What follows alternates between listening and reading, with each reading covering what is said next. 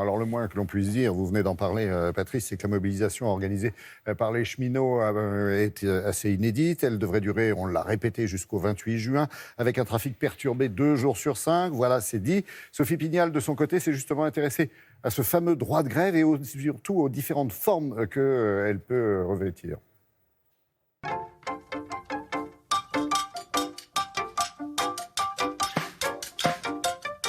3 mois de grève, ça peut paraître long et pourtant des grèves longues, il y en a déjà eu et pas uniquement dans des entreprises assumant une mission de service public.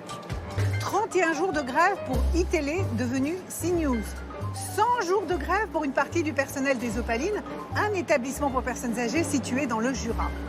La grève la plus longue du monde a eu lieu aux États-Unis, à Chicago, au sein de l'hôtel Congress Plaza. Elle a duré 10 ans, de 2003 à 2013. D'où ma question ce matin à Maître Basmila.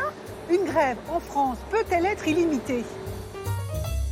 Le droit de grève, c'est un droit qui est constitutionnel. Il est prévu par le préambule de la Constitution de 1946 et c'est un droit qui peut être exercé de manière limitée ou illimitée par chaque salarié. Dans le cadre du service public, le droit de grève est réglementé.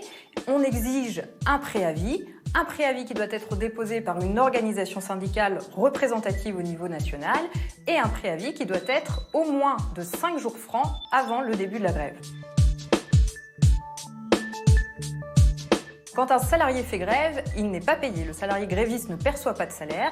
En revanche, il est vrai que assez souvent, dans les accords de fin de conflit, on trouve des clauses qui prévoient le paiement du salaire en tout ou partie des salariés grévistes. Un peu partout dans les médias, on présente la grève de la SNCF comme étant une grève perlée. Mais la grève perlée est illégale. Alors, qu'en est-il ? La grève de la SNCF, c'est pas tout à fait une grève perlée comme on l'a beaucoup entendu dire. C'est plutôt une grève discontinue avec 2 jours de grève et d'arrêt total de travail suivi de 3 jours de travail. Une grève perlée, ce serait plutôt un ralentissement volontaire et délibéré du rythme de travail qui conduit à un blocage de l'activité de l'entreprise sans pour autant qu'il y ait d'arrêt de travail en tant que tel. Dans la grève perlée, il n'y a pas vraiment d'arrêt de travail, alors que l'une des conditions de l'exercice licite du droit de grève, c'est justement qu'il y ait un arrêt franc et complet du travail. Et nous, pendant ce temps-là, comment on fait ? Le fait d'arriver en retard du fait d'une grève, voire de ne pas arriver du tout sur son lieu de travail, n'est pas constitutif d'une faute.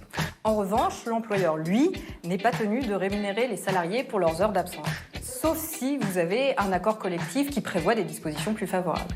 D'autres solutions, ça pourrait être notamment d'avoir recours au télétravail, qui est une autre forme d'organisation du travail.